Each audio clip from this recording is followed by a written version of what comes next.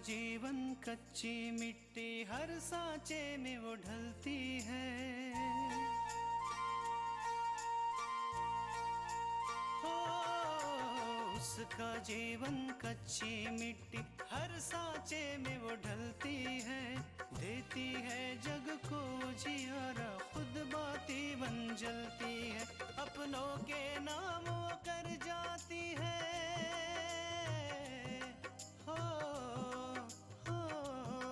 अपनों के नाम वो कर जाती है। सारा जीवन अपना बन के बेटी भाभी माँ वो सच कर दे हर सपना।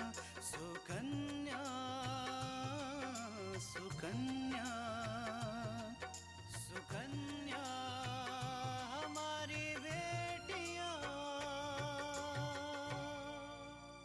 इसी दिन के लिए मैंने तुम्हें पाला पोसा था। आपने जो हमें पाला पोसा बड़ा किया वो आपने हम पर एहसान नहीं किया। हर माता पिता का ये फर्ज होता है और आपने भी वही किया। मुझे मर जाना चाहिए। माजी कैसी बातें कर रही है आप ऐसा क्यों कह रही है? तुम्हारी उमा आंटी की बेटी, तुम्हें कैसे भूल सकती हो बिंदिया? बचपन के कितने दिन हमने साथ बिताए हैं। आप पूरे दिन काम में लगी रहती हैं, ऐसे में मैं आराम कैसे कर सकती हूँ? आज हम बहुत खुश हैं कि आपने पूजा को माफ कर दिया, और हम ही नहीं बल्कि इस बात से माजी भी बहुत खुश है।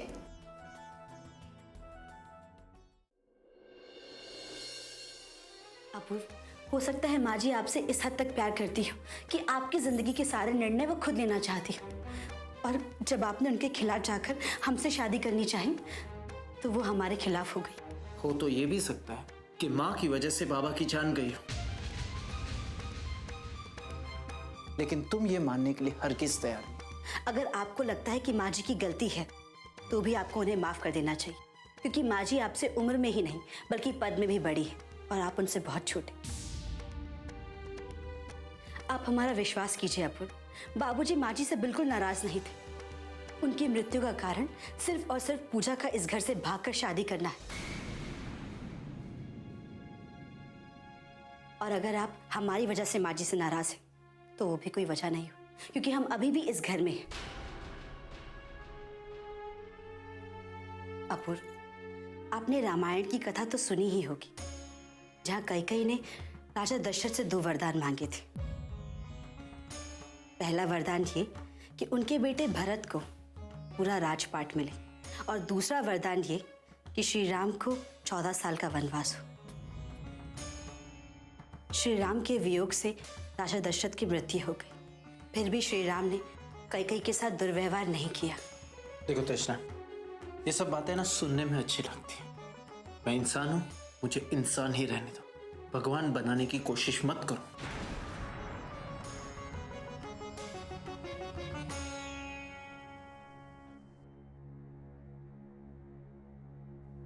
अपूर्व, हमें पूरा विश्वास है जिस तरह आपने पूजा को माफ कर दिया उसी तरह आप माँ जी को भी माफ कर देंगे।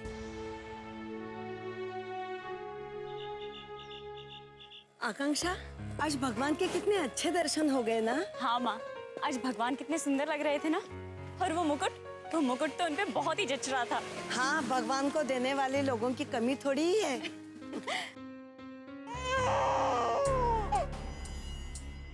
माँ, आपको किसी बच्चे के रोने की आवाज सुनाई दे रही? हाँ आकांक्षा, ऐसे लग रहा है कि जैसे कहीं आसपास कोई बच्चा हो। 1 मिनट माँ, मैं अभी देखती हूँ।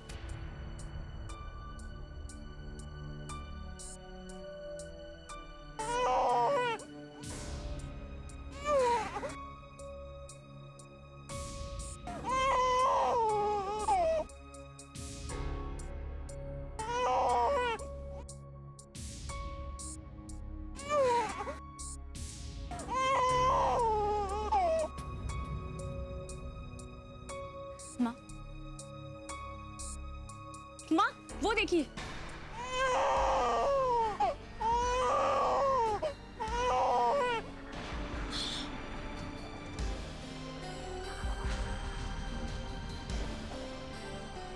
हे भगवान, किसका बच्चा है? तो बच्चा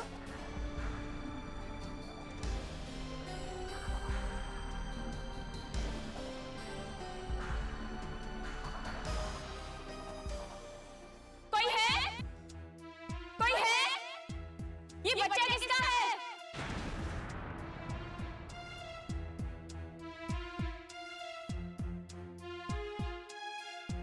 किसका बच्चा है ये? कोई है? हे भगवान, किसका बच्चा है? कैसे इसे छोड़ के चले गए हैं?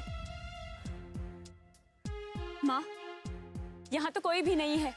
ऐसा लग रहा है जैसे किसी ने जानबूझ के इस बच्चे को यहाँ छोड़ दिया। पता नहीं लोगों को दया क्यों नहीं आती। बच्चा कब से रो रहा है लेकिन किसी को सुनाई भी नहीं दे रहा है। आकांक्षा, जाओ बेटा रिक्शा लेकर आओ, हम इसे घर ले जाएंगे। तुम ये समाज सेवा का काम नहीं करोगी। आकांक्षा, कसम खाओ आज के बाद तुम ये काम नहीं करोगी।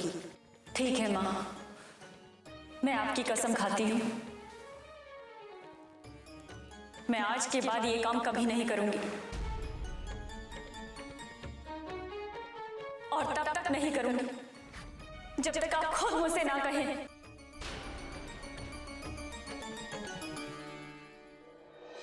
ऐसे देख क्या रही हो? देख नहीं रही कितनी परेशान हो गई? बेचारी को भूख भी लगी होगी। नहीं माँ, हमें बेकार के किसी झमेले में पड़ने की कोई जरूरत नहीं है। इसे यहीं छोड़ दो। और वैसे भी ये बच्ची हमारी क्या लगती है? अच्छा, अपना नहीं है तो हम इसे मदद नहीं करेंगे? इंसानियत नाम की कोई चीज है या नहीं? आकांक्षा, ऐसे विचारों से समाज नहीं चलता। जो लोग कमजोर है उनकी अगर हम सहायता नहीं करेंगे तो समाज आगे कैसे बढ़ेगा? माँ, मैं भी तो आपको यही समझाना चाहती थी कि अगर हम आगे बढ़कर इस समाज की सेवा नहीं करेंगे तो समाज की उन्नति कैसे होगी? लोगों के दिलों से भेदभाव कैसे मिटेगा? मैं समझ गई आकांक्षा, शायद ये बच्चा मुझे यही बात समझाने के लिए मिला हो। जाओ बेटा, आज से मैंने अपनी कसम वापस ले ली। तुम फिर से समाज सेवा का काम शुरू करना। चलो अब घर चलते हैं। चलो बेटा।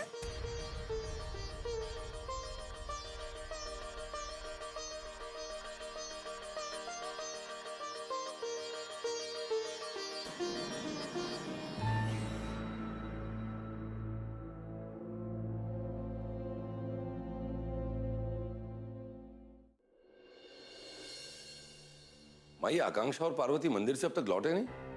कहीं और जाने वाले थे? नहीं बेटा, मुझे तो यही कहा था कि मंदिर हो आते हैं। मैं आकांक्षा को फोन लगाता हूँ। ठीक है। अरे आकांक्षा, पार्वती, ये बच्चा किसका है? बताती हूँ माँ जी, सब बताती हूँ। पहले बैठने तो दो। हाँ बैठो बैठो। किसी पड़ोस का है क्या जो इसके साथ खेलने के लिए उसे यहाँ ले आई? नहीं माँ जी। अरे पार्वती, तो फिर ये बच्ची है किसकी?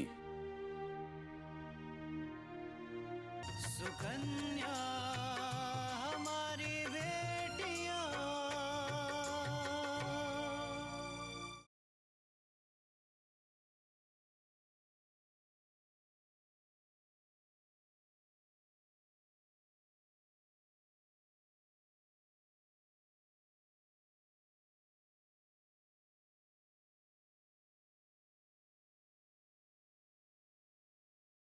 सुकन्या हमारी बेटियां।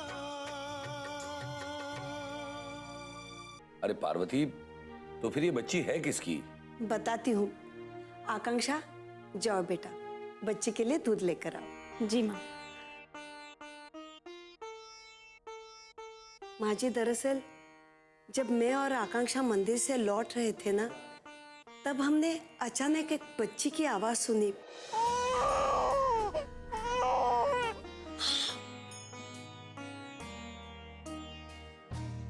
हे भगवान, किसका बच्चा है? तो बच्चा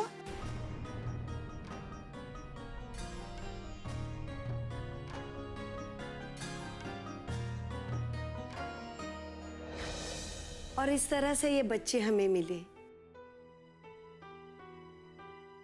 कितने पत्थर दिल होंगे इसके माँ बाप, जो फूल सी बच्ची को इस तरह से छोड़ गए।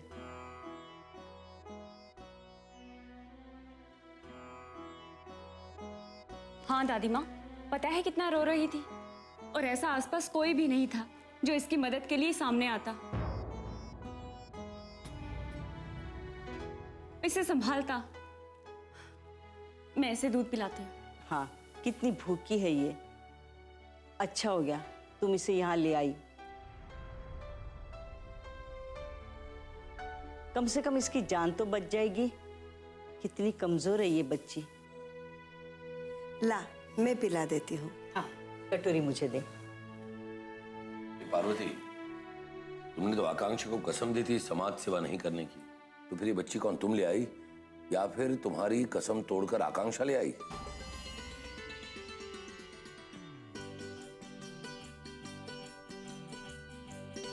उड़ाइए उड़ाइए, मेरा मजाक उड़ाइए। आपको तो बस मेरी खिंचाई करने का मौका ही चाहिए।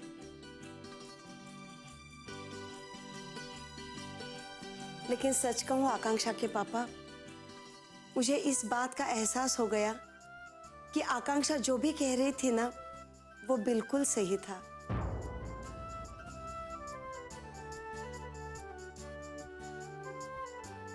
जब भी आप किसी को तकलीफ में देखते हैं ना, तो वहां से मुंह मोड़ के नहीं जा सकते। जिस तरह से मैंने इस बच्ची की सहायता की है, उसी तरह से आकांक्षा भी तो लोगों की सहायता करती है। बेटा, मुझे मेरी गलती का एहसास है, मुझे माफ कर दो। मुझे अपनी बेटी पर फक्र है। लेकिन पार्वती, आकांक्षा में ये गुण तुम्हारे और दीपक की वजह से ही आए हैं। अगर माँ बाप के संस्कार अच्छे होते हैं तो बच्चों में आ ही जाते हैं। माँ, ये सारे संस्कार हमें आप ही ने तो दिए हैं। बाबूजी के देहांत के बाद हमारी परिस्थिति बहुत ही खराब हो गई थी, लेकिन आपका एक नियम था, गौ माता को रोटी खिलाने के बाद ही आप खाना खाती थी।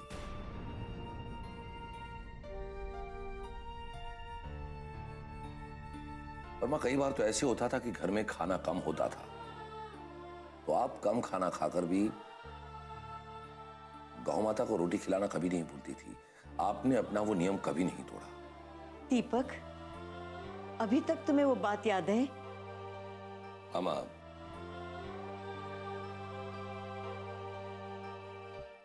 यार आकांक्षा, तो एक बात तो है कि ये बच्ची तुम्हारे लिए लकी साबित हुई। भाई, इस बच्ची के बहाने तो बहाने, लेकिन तुम्हारी माँ ने तुम्हें फिर से अपना मनपसंद काम करने की इजाजत तो दे दी।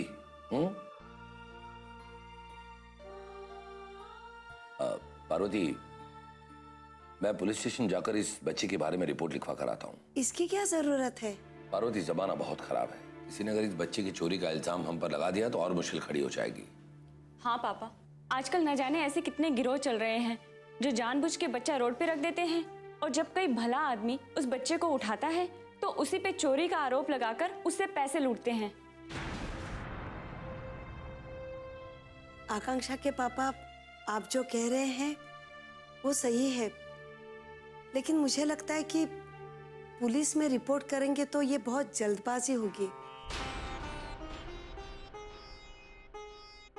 पुलिस तुरंत इस बच्ची को ले जाएंगे, और बच्ची की स्थिति अभी ऐसी नहीं है कि वो बिना किसी देखभाल के रह जाएगी। इसीलिए आज रहने दीजिए। जैसे ही बच्ची ठीक हो जाती है, हम रिपोर्ट लिखवा देंगे। हाँ दीपक, चिंता करने की कोई बात नहीं। अगर हम अच्छे काम करते हैं तो भगवान भी हमें साथ देता है।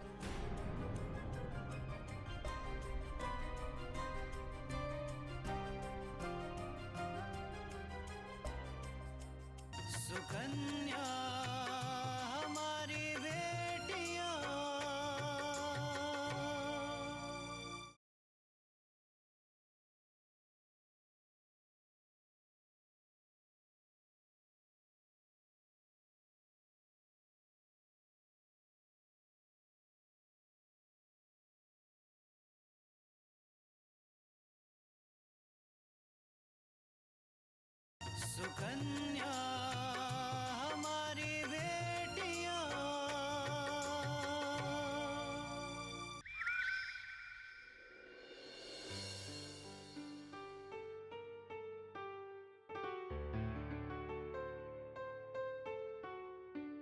अरे पूजा, तुम आ गई। हम तुम्हें ही बुलाने वाले थे। चलो आओ, बर्तन छू लो, आओ।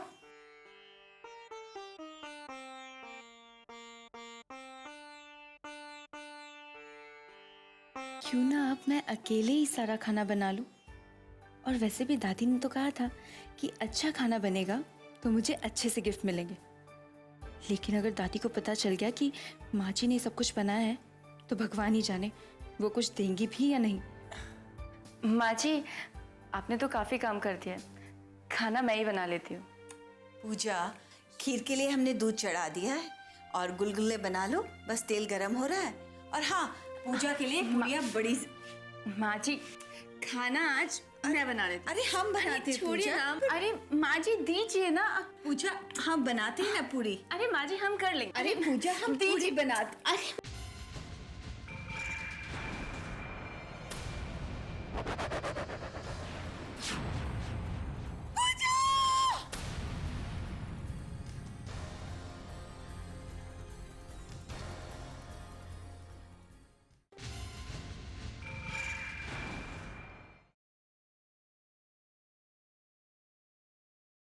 विशाल बेटा,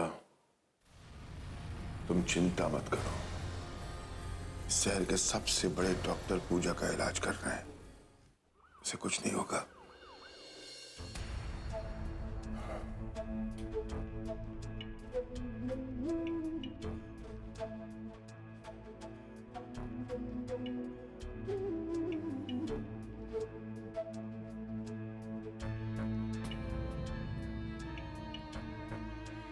हे भगवान, काश हम उसकी मदद करने की जिद ना करते तो ये हादसा होता ही नहीं।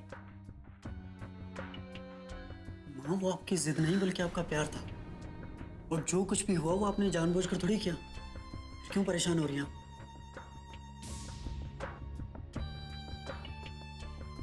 हमें लगता है कि हमें पूजा के घर वालों को बता देना चाहिए। माँ, इस बारे में हमें बाबूजी से बात करनी चाहिए। अम्मा जी, हमें लगता है कि हमें पूजा के घर वालों को फोन कर देना चाहिए।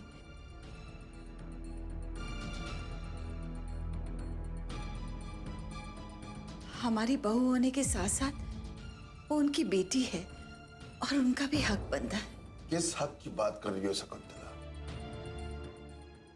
अगर ऐसा होता तो शादी के बाद बेइज्जत करके पूजा को घर से न निकालते। तो वैसे भी उनके यहां आ जाने से क्या हो जाएगा?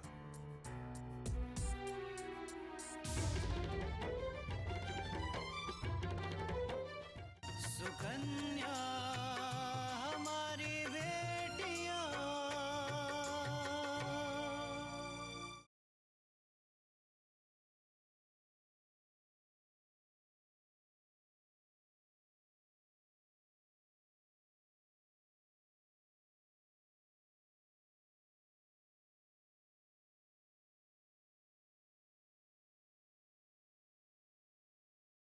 सुकन्या हमारी बेटियां। तो वैसे भी उनके यहां आ जाने से क्या हो जाएगा?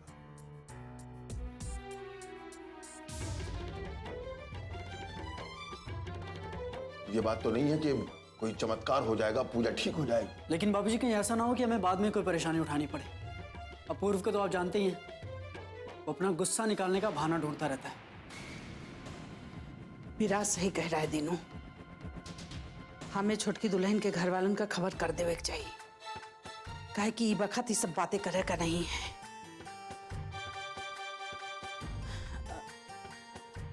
तुम ऐसा करो, बहुरिया की उनके घर वालन का तुम फोन करके बता दो। दीनू, अपन फोन देता।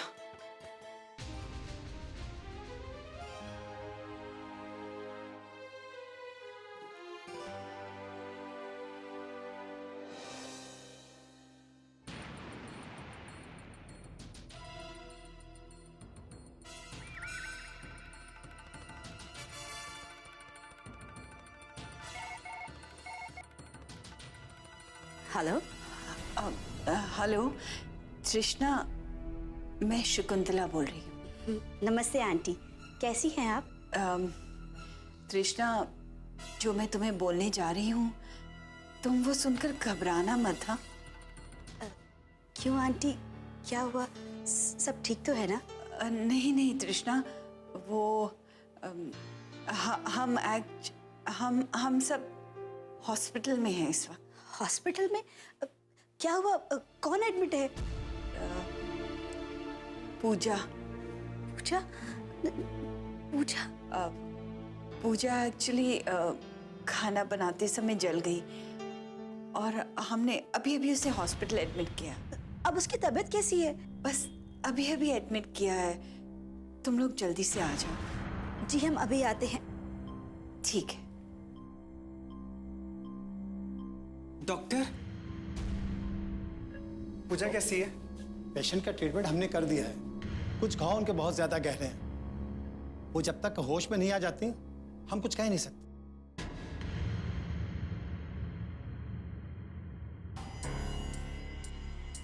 कुछ नहीं कह सकते मतलब? डॉक्टर साहब, पूजा को कुछ नहीं होगा ना? देखिए, जिस्मानी चोट के अलावा उनके दिमाग को बहुत सदमा पहुंचा है।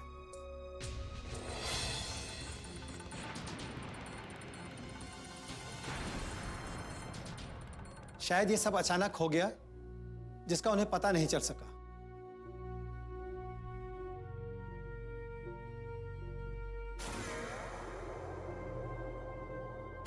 और इसीलिए उनका मन इस बात को मानने को तैयार नहीं है कि उनके साथ ऐसा हुआ है। अब वो सब ठीक है, आप ये बताइए कि पूजा कैसी है? कोई घबराने वाली बात तो नहीं है ना? देखिए, अभी मैंने आपसे बताया है कि जब तक वो होश में नहीं आएंगी मैं कुछ कह नहीं पाऊंगा।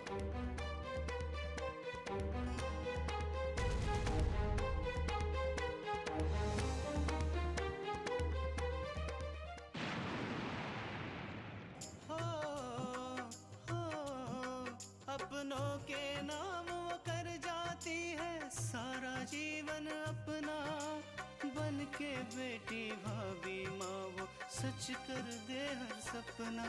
सुकन्या सुकन्या सुकन्या।